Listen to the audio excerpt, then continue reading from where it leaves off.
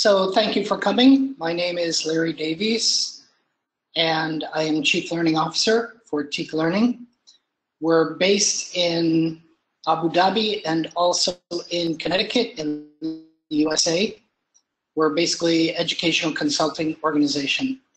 I want to thank GBN for inviting me to do this presentation. I'm very grateful, and I hope you enjoy it.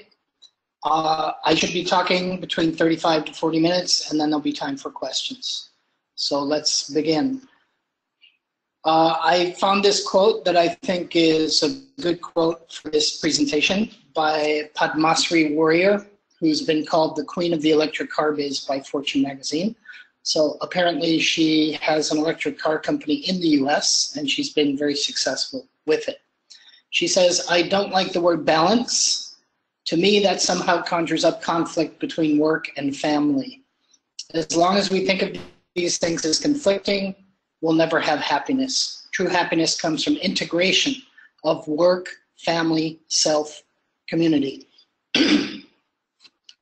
So when I originally designed this presentation, which I did for a local university, a local college here in Abu Dhabi, I called it balance, and then I found this quote, and I liked the word integration a little bit better.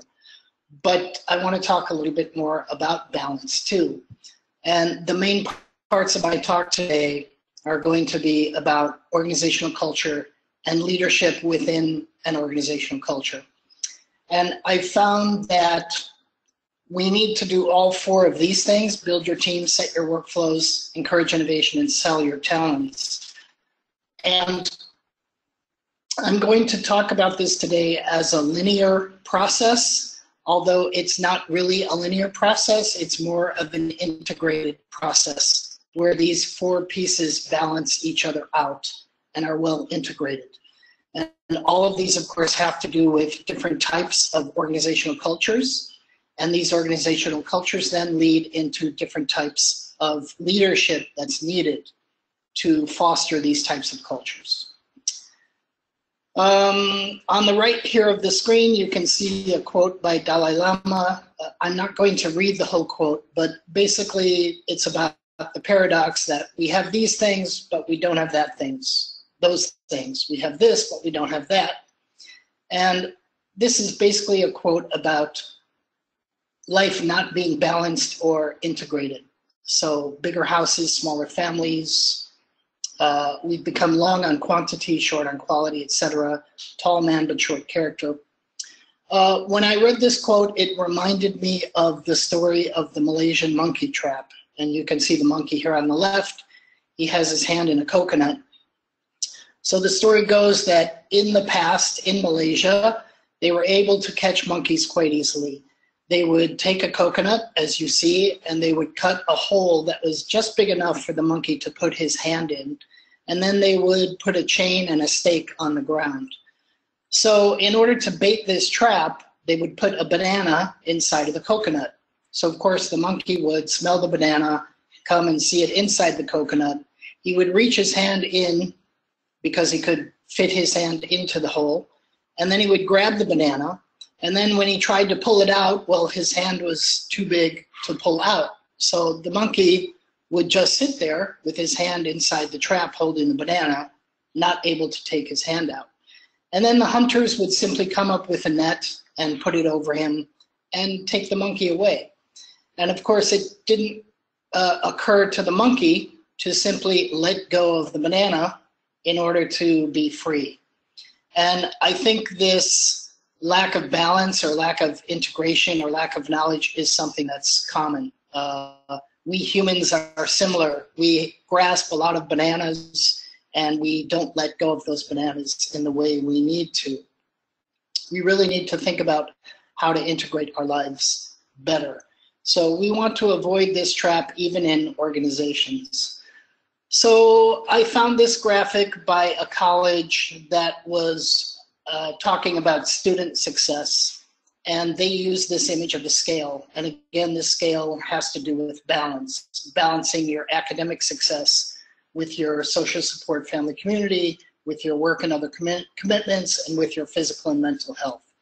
So again, colleges and universities also tend to think in these terms of balance and less in terms of integration and less in terms of how leaders can help to achieve academic success through fostering more integration and less the concept of balance. And of course, it seems that if these four functions from the previous slide don't get together, we might feel like we live life like this. And again, this is a very old picture, and this is a famous stunt performer who's able to balance himself on chairs. And the thrill of this performance is if he loses his balance, he will plunge very far down, probably to his death. And sometimes we deal with life, or we feel like life is dealing with us in this way. So as leaders of larger organizations, we really want to be able to get everyone in the organization not to think in these terms, that work and family and community all have to be this death-defying balancing act. So the way we get away from this starts from what I've done at my one of the current colleges that I do some work for. And the college has a taxonomy called Structure of Observed Learning Outcomes. Now, a lot of educators probably know Bloom's taxonomy and the 6 domains of Bloom's, and I'm not here to talk about Bloom's. I'm here just to give a quick example of Structure of Observed Learning Outcomes. And basically the concept behind SOLO, Structure of Observed Learning Outcomes, is abbreviated with the acronym SOLO. So SOLO tends to have 5 different pieces. And as you can see, they're represented by these 5 different figures. And each of the figures does have its own label. So basically, pre-structural means you don't know anything about anything. And if I ask you a question, for example, the way I usually teach solo is I will do a little Japanese lesson with people. I'll speak some Japanese. Most people will look around. They don't know the language. They know that I'm not speaking English. They're not sure what to do. They'll just sit there. So we can call that pre-structural. But I might also say that a lot of people will also think in their mind, well, he's not speaking Japanese. And so that one piece of knowledge is something we can call a unistructural piece of knowledge. I would also then further argue that if you hear me speak Japanese, you might say, well, he's not speaking English. He's not speaking my native tongue. Perhaps you're an Arabic native speaker. And I also know Spanish, and I know this isn't Spanish. So if you can state 3 or more facts about what's going on, then you're getting into the observing multi-structural learning outcomes. The relational one is basically you're able to state 3 facts and you're able to relate them to each other in some way. And then extended abstract is an extension of relational. You're able to name 3 or more facts about something. You're able to talk about the relationships with them. And then you're able to create something new and different, which is represented by that funny thing at the top sticking out with the 2 ovals and the circles on it. So I like the solo taxonomy because it really helps you to visualize progress in learning. And I would also say it helps you to visualize progress in leadership in some ways. Now, I found this interesting booklet, a website called the Euro Portfolio and Lifelong Learning Program. And you might be familiar with rubric-based evaluation. This particular page talks about the people in the organization and especially the teaching staff. And they use the, they didn't use the solo taxonomy. What they've used is, you can see the column going across on the top from the right. You can see they use aware, exploring, developing, integrated, and transformative. And I was really glad to see the word integrated here, because I've mapped these 5 to the solo taxonomy. So pre-structural is like awareness, unistructural is like exploring, multi-structural is like developing, relational is like integrated, and again, that's part of the title of my talk. And then there's extended abstract, which is really where we want people. And this word is transformative. So I think any organization, and especially the leadership in an organization, needs to really think in terms of course, all 5 of these, but to especially focus on integration and transformation. So I found this a very inspiring work by this organization, the Euro Portfolio and Lifelong Learning Program. So basically, I've taken the 5 parts of SOLO and I've mapped them out. And again, awareness, exploring, developing, integration, and transformation. And one other thing I do with Bloom's taxonomy, if you're familiar with it, the first 3, pre-structural, unistructural, multi-structural, these we might also call lower order thinking skills, and relational and extended abstract we might call higher order thinking skills. So again, in an organization, we want to work especially on the relational and extended abstract, or again, the integrated skills and transformative skills of the people that we're working with, who are either working for us directly, if you're the boss or the leader, or just generally working in the organization. So now Peter Drucker, he said management is doing things right, and leadership is doing the right things. Usually at this point, I ask people, what do you think about this quote and what's the difference? And a lot of people have said, well, leadership is about integration and transformation. And leadership is about having the ideas, and management is more the operational side of things. So Peter Drucker is right with this quote, but he's also missing a few elements, because in this quote, he's really only talking about one type of organizational culture. And now I'm getting into the main part of my talk, which is talking about 4 types of organizational culture. This is from Cameron and Quinn, 1999. This was a big inspiration for me when I did my doctoral research. They proposed this model of organizational cultures. And in the lower left corner, you can see in the red zone, you see doing things right. So again, this goes back to Peter Drucker. And so he's good about doing things right as managers and leaders doing the right thing. And we can call that a focus on control. And if you look in the other 3 quadrants of this circle, and I'll go up and to the left, you can see the collaborate zone, which is yellow, doing things together. Then the green zone, which is create, doing things first, and the compete, the blue compete, which is doing things fast. So if Drucker says doing the right things is what leadership about, then also leadership is about doing the together things, doing the first things, and doing the fast things. Let me talk a little bit more about this model, and I'm going to start on the left side with internal. And internal, as you can see, goes across these 2, the red and the yellow culture. And all these cultures have names, and I'll come to the names in just a second. So these 2 cultures tend to focus on internal things, that is, things within the organization. They get their power and their energy from inside the organization. Now, if I go up to the left, you can see that the yellow culture, collaborate, also tends to focus on long-term development, whereas the red culture focuses on increments.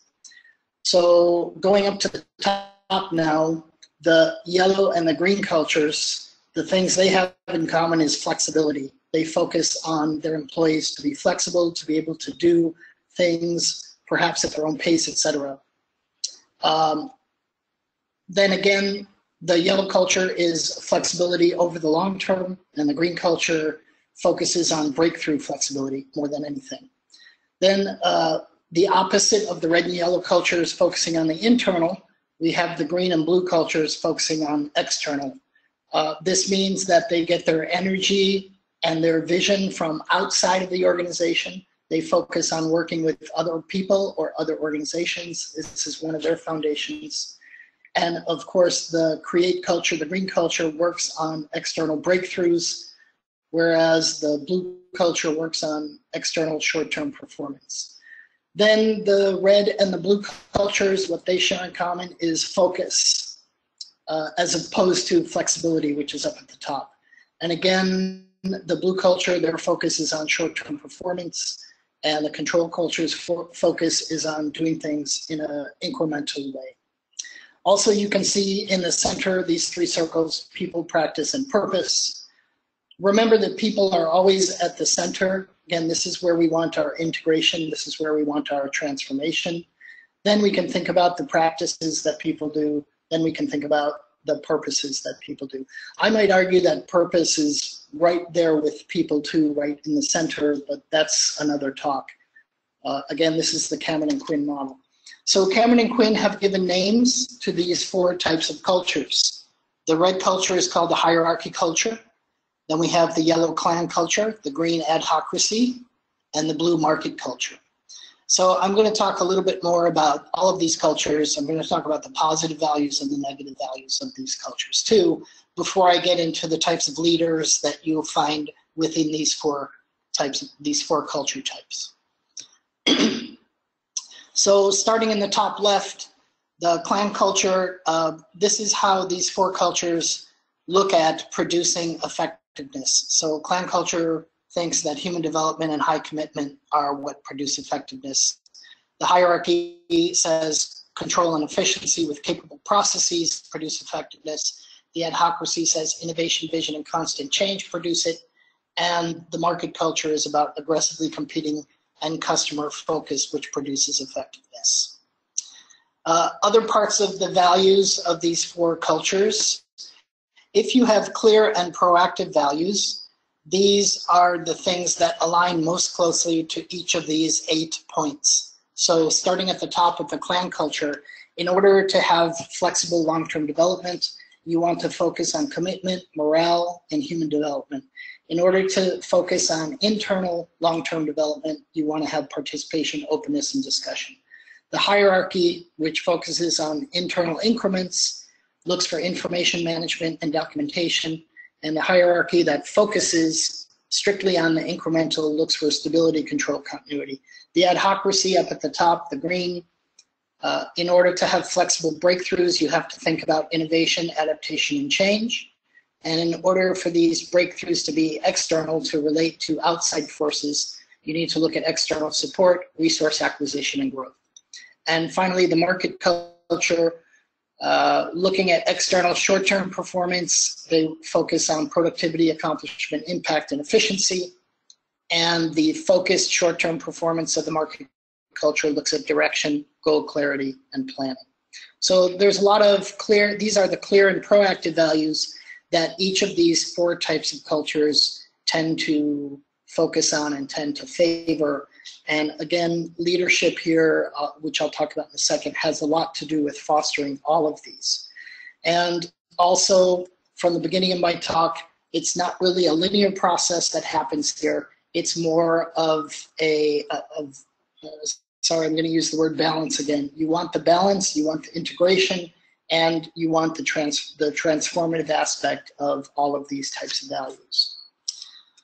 However, there is also negatives. If these cultures have unclear and counteractive values, then you have these things. And again, I'll start in the top left corner with the clan culture. So if you do not have flexibility in long-term development, you're going to have extreme permissiveness and uncontrolled individualism. And if you don't look at internal long-term development, you're going to have inappropriate participation and unproductive discussion. The hierarchy that has a commitment to internal increments would see procedural sterility and trivial rigor. And then the other corner talks about habitual perpetuation and iron-bound tradition. Negative adhocracy, if flexibility breakthroughs don't happen, you get premature responsiveness, disastrous experimentation. The adhocracy that focuses on external breakthroughs, if it doesn't happen, you get political expediency and unprincipled opportunism. The market culture that focuses on external short-term performance looks at perpetual exertion and human exhaustion. And then the short-term focus becomes undiscerning regulation and blind dogma. So these 4 positive points, internal, flexible, external, and focused, turn into apathy for the clan and hierarchy cultures, chaos for the clan and adhocracy cultures, hostility for the adhocracy and market cultures, and rigidity for the hierarchy and market cultures. So, of course, leaders want to steer away from the negative values and steer them more toward the positive values. And there is a name for these negative cultures. The clan becomes the irresponsible country club, the hierarchy becomes the frozen bureaucracy, the adhocracy becomes tumultuous anarchy, and the market culture becomes the oppressive sweatshop. So leaders are really faced with this big challenge of staying as far away from this, because this hinders transformation, it hinders integration, it hinders your organizational culture in a lot of different ways. So before I continue, I did find another model, which I'll just show briefly here on the screen. Denison proposed a model of corporate culture and organizational effectiveness, and it was very similar to Cameron and Quinn. The hierarchy culture they called consistency, and the main question is, does our system create leverage? The clan culture talks about involvement, and the main question is, are people aligned and engaged? The adhocracy is an adaptability type culture, and are we listening to the marketplace? So that's a little bit market culture, not exactly the same. And the market culture here, he labels mission, and the question here is, do we know where we are going? And that's a little bit of market, and it's a little bit not. I changed the colors of Denison's models to fit the colors of Cameron and Quinn, because they really are very close to each other. So I wanted to do this just as a little bit of an aside, but I thought that the values, the beliefs and assumptions looked very similar in a lot of ways. So Cameron and Quinn, I think their model is a good one, and Denison's model is close, it strikes closely, and it kind of backs them up. So I was really happy to find this in my research too. So let's get back to our main Cameron and Quinn cultures, the clan, hierarchy, adhocracy, and market. So as you can see, there's 4 leader types. The clan would have a team builder, the hierarchy would have an organizer, the adhocracy would have the visionary, and the market would have the competitor. And then to go back to the clan, the team builder has 2 functions, the facilitator and mentor, and again, I'll talk about these. The organizer from the hierarchy becomes the coordinator and monitor. The visionary from the adhocracy becomes the innovator or entrepreneur and the broker. And the competitor leader type under market becomes the director, and especially a hard driver type director, and the producer. Okay, so we have these negative types. We have to try to get away from this. So how do we do this in an organizational culture that might have these types of things? In fact, I've been in higher education most of my life, working as a professor, working as an instructional designer, working, doing training in professional development. And a lot of the places that I've been, I've heard from teachers and administrators, a lot of these negative talk that fits all 4 of these types of cultures. A lot of time, and I especially hear a lot about frozen bureaucracies, how people really feel chained to, there's not any flexibility, there's too much administration that's micromanaging, and people get very frustrated. And they really want to be able to kind of do their own thing. They want to be able to work with students more and to plan things out. So again, most of my talk today is focused on higher education as an organizational culture, but I think this also would apply to any business, any corporation. I'm sure that in office talk, you'll hear people talk about any one of these 4 things happening. Oh, we work in this sweatshop, the bosses, you know, are slave drivers, they won't let us work, or the adhocracy bosses. Anybody can do their own thing here, and we're just not getting anywhere. And everybody's a yes man, and it's not working. The irresponsible country club is, you know, people are just doing their own thing, and nobody's organizing anything. It's always me, and not us. What's going on here? So you'll probably hear these types of complaints, especially if you're a leader. And so we have to figure out what we can do about this. So the Cameron and Quinn model I've tried to build on. I've added the 2 more axes to connect the opposites. So again, internal is connected to external, and focus is connected to flexible in the Cameron and Quinn model. But they didn't connect the lines between incremental and breakthrough, and long-term development and short-term performance.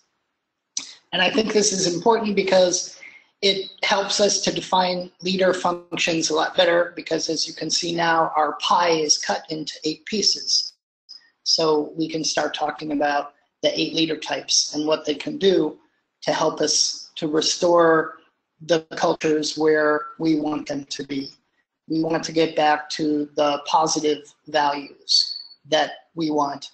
And again, when I talk about organizational cultures, your organization, if you're thinking about it, it's not any one of these, it's actually all 4 of these. And again, there's a dynamic relationship between them.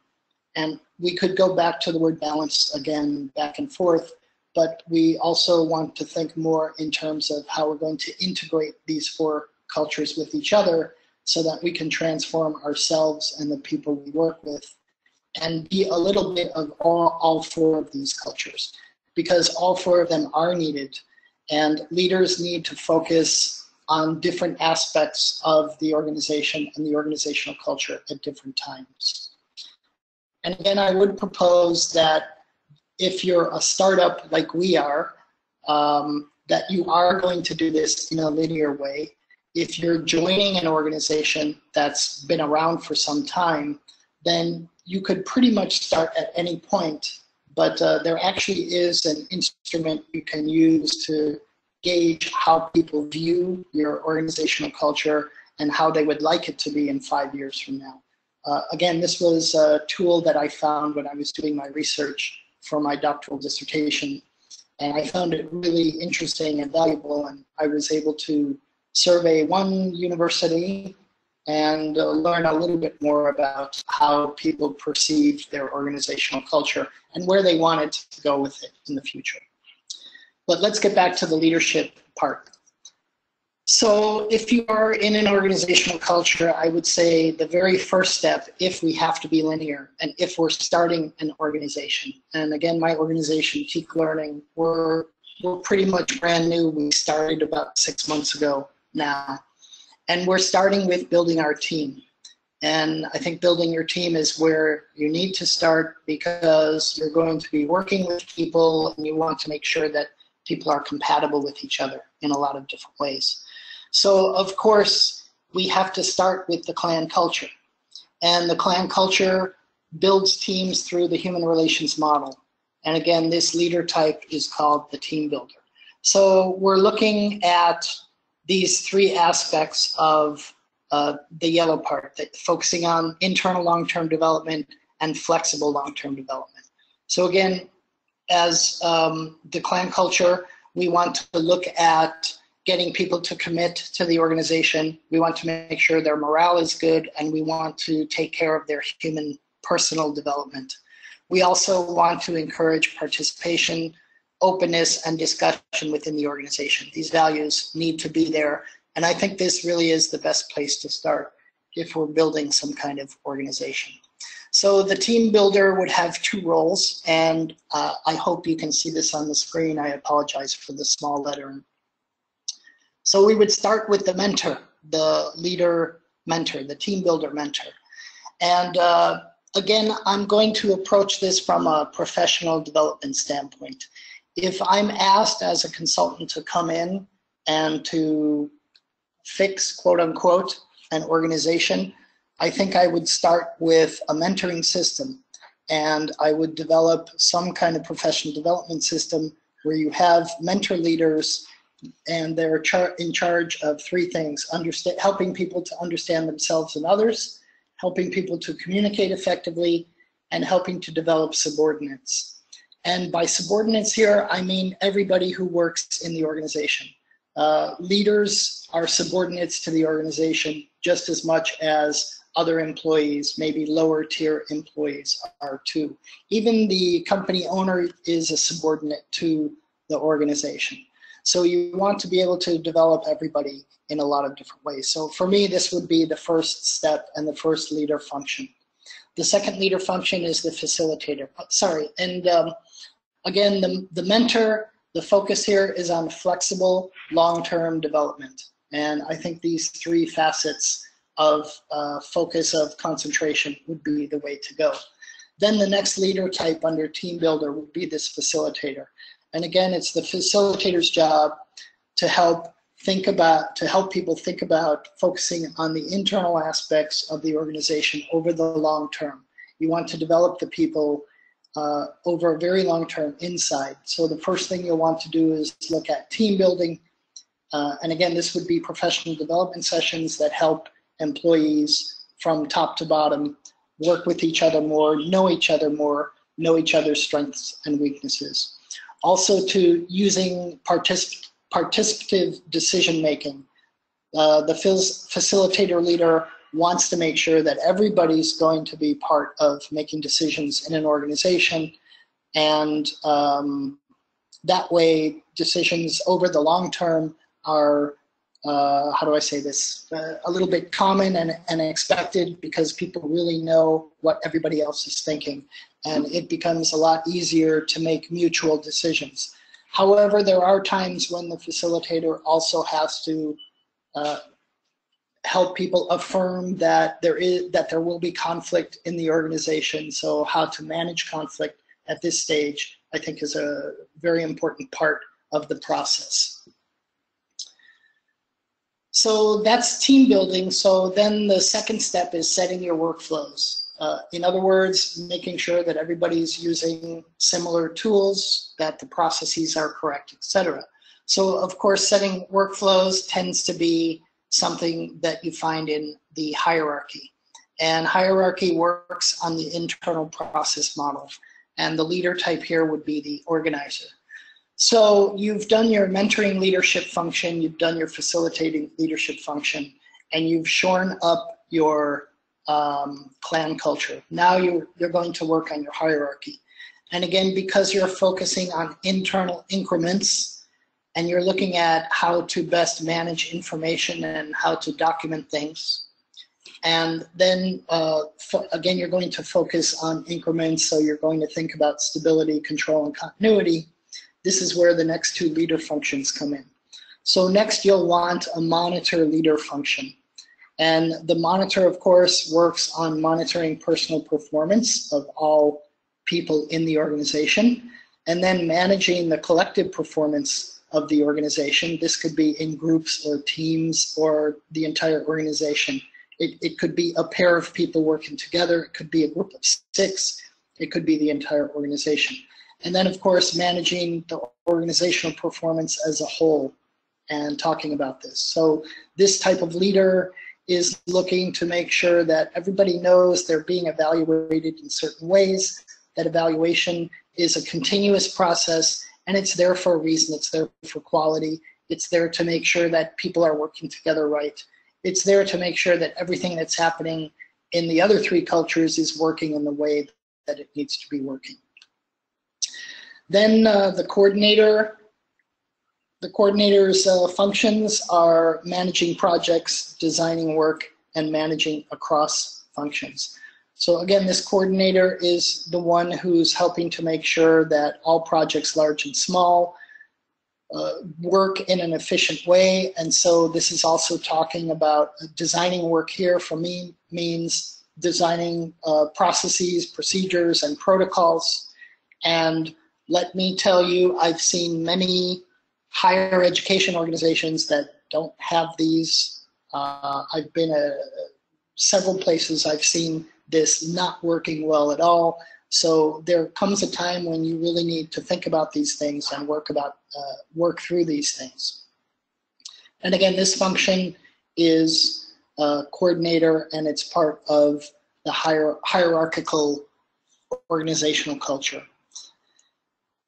Okay, so we've built our team through the clan culture, and we've set our workflows through the hierarchy. So now the next step is to encourage innovation.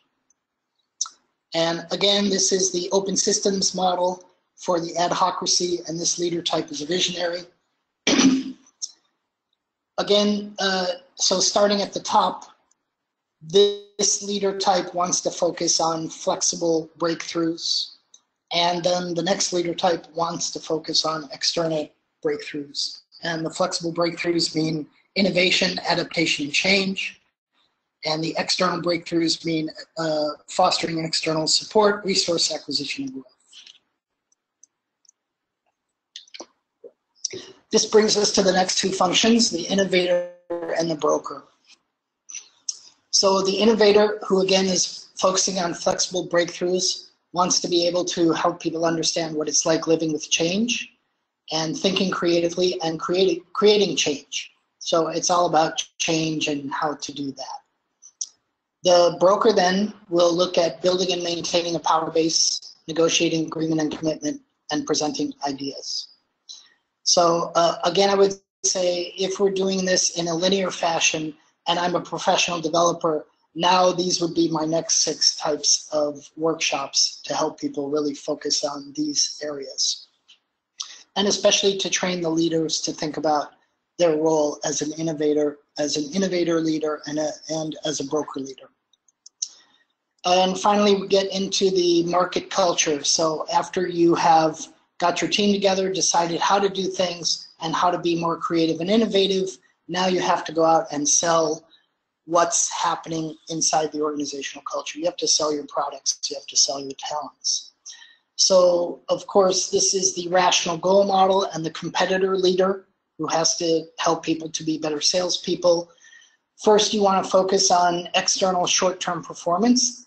This means more productivity, more accomplishment, more impact, and more efficiency. And then lastly, you'll want to have the short-term performance being as focused as possible. This means the competitor thinking about direction, goal clarity, and planning. So of course, productivity and direction are what our 2 types of leaders, these last 2 leader types are called. So the producer would need to help all the employees in the organization become more productive workers and fostering this more productive work environment. And this is where also they talk about managing time and stress, because with more productivity comes a lot more time management, and time management tends to be a little bit stressful. So this role becomes a very important role, especially when you're trying to reach out to other organizations and sell what's happening. And again, especially in the short term. And then you have the director, who is more about short-term performance on what the organization is focusing about. So this director would help people think about the visioning, planning, and goal setting of the organization, and designing and organizing this vision and these plans, and then also on how to delegate effectively the work out to different types of employees. So again, sorry, let me just go back. So if I were asked to work on an organization and help to improve it, if it's a new organization, I would start with the 8 functions as mentor, facilitator, monitor, coordinator, innovator, broker, producer, director. I would go in this order. If I'm in more of a more established organization, then that becomes a kind of a needs assessment. And the workshops that I might develop to help improve the organization, it could start with the market culture first. It could start with the adhocracy first. It could start with the hierarchy first. In higher education, I find most people's complaints about the hierarchical nature of their organization. So I would probably be starting, especially with the focused increment at the bottom, coordinator. I'd probably do workshops there and work my way up and to the left. But again, this depends on the organization. And my focus is on transformation more than anything else. And my focus is on integration of everything else, because these leader roles need to be integrated with each other. with the goal in mind of transformation. So just to, again, to go back, these are the clan, the hierarchy, the adhocracy, and the market. They all work together in an integrated fashion. They need to, and as a leader, you need to know when to be which role at which time, depending on where your organization is and depending on where you want to be. And again, just to add in that last model, think of these cultures as the involvement culture, the consistency culture, adaptability, and the mission culture. So again, the clan is all about building your team. The hierarchy is about setting your workflow. The adhocracy is about encouraging innovation. And the market is about selling your talents. And that's it. Perfect timing, 40 minutes. I'm ready to answer any questions you might have.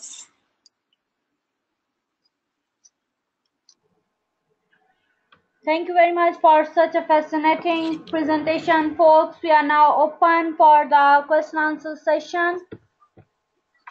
So if you have any questions, you can either put in the question box given in the end of the webinar console, or you could equally raise your hands by clicking on the hand icon available on the webinar console. So let me go straight to the question box here. Larry, we have a question that is how to turn the core leadership functions into skills. How to turn the leadership functions into skills? Yes. Okay. Well, again, if you know the 8 leader types and the 3 main points they need to focus on, I would even, the way I would start with developing professional development sessions is with those titles. So I don't know if you can still see the slides, but as an example, if I did a needs analysis of an organization and I see that they feel that there's a little too much adhocracy, that people are a little bit loose with things and there's a little bit of chaos around, I would either look at starting with being the innovator, excuse me, training people to be the innovator leader or the broker leader. So let's say I choose the innovator leader. So I would develop 3 workshops with these titles: Living with Change, Thinking Creatively, and Creating Change. Now, because I'm talking about leadership, another thing I've seen in organizations is when there are leaders and followers, or leaders and subordinates, most of the professional development is for the subordinates, and not enough of it is for training the leaders to be better leaders. And this is actually where I would start. So these workshops, I would target specifically starting with the leadership. And again, if it's the innovator, the first workshop would be Living with Change, helping leaders to understand how their organization changes and helping them to work with their subordinates in being used to change. And I would just proceed in that order. So I would, again, if I identify that there's a little too much adhocracy and it's a little too loose and there isn't enough hierarchy or enough control, then you have to start with change and creativity. You have to start with the innovator, then the broker. And then I would probably even go on to doing producer director. Then I would start at the beginning with mentor facilitator, then monitor coordinator. So I would still keep things linear, but there's, depending on the starting point, and then you move on through that starting point into creating workshops that develop capacity and these skills in a lot of other ways. I hope that answers the question. Thank you, Dr. Larry, for the brief answer. We have another one that is, can teams still be successful even in dysfunctional organizations? Can you repeat the question? I have typed in the console box for you. Dr. Larry, if you can see the chat box. That is, can teams still be successful even in dysfunctional organizations? Okay. Can teams still be successful even in dysfunctional organizations? Well, again, if the organization is dysfunctional, and I would say most organizations are dysfunctional anyway, and the dysfunction again comes from this imbalance that again comes from having unclear values. I'm just trying to go back to the slide about unclear values. So it goes back to this slide of if the values are unclear and counteractive, then these are the dysfunctions that you're going to see. And these are the things that leaders, you know, once they, for example, if they hear a complaint like, this guy's just saying yes to say yes because he wants to get in good with the boss. For me, that's a political expediency problem. There's hostility that's generated there, and this comes into tumultuous anarchy. So if you have that tumultuous anarchy, then you're going to have to, if you hear this complaint a lot, that there's too much politics in the organization, then you're going to have to go back to the developing training for leaders, and I'm switching slides again. Then you have to help focus on the broker leader. And again, this is building and maintaining power bases, negotiating agreement and commitment, and presenting ideas. So you'll have to do leader workshops so they know the implications of building and maintaining a power base, and how, if it's done in the wrong way, it creates hostility, and hostility becomes a negative thing, and people start to dislike being so innovative, and especially if it's done for political purposes. So the answer for me is, it can be if you know how to find the problem. If your good leaders are able to listen and understand. Now, if you're coming in as a consultant and you hear these types of complaints, then you'll know this is where you need to go. You need to talk about how power gets built within the organization and how to make it a fairer process, so that people can feel like they're participating and they're not being excluded for any political reasons. And again, that's just one sample, one example. And again, I'm not sure if that answers your question or not. Hope it helps. We have another one, that is how we can establish an efficient sales process within startup. How can we establish an efficient sales process within startup? Well, when you're using the word efficiency, to me that goes back. Let me go back to my 4 slides. So for me, this is a question that addresses the hierarchy, setting your workflows, because if you want to establish an efficient sales process, you're talking about efficiency. So again, this is where thinking about the type of workflow that your organization has, what's acceptable, what you are expecting of people, what their role is, how they're coordinating their role with other people in the team. So efficiency, though, workflow, I would say also cannot happen unless your team is built right. So in this case, you might do backward training, starting with hierarchy type trainings and then working into clan type trainings. Because again, if you want efficiency, that for me, that's telling me that the relationships among the workers within the organizational culture have to be well established. There has to be trust among people, and people need to be doing things in a mutually decided, most beneficial way.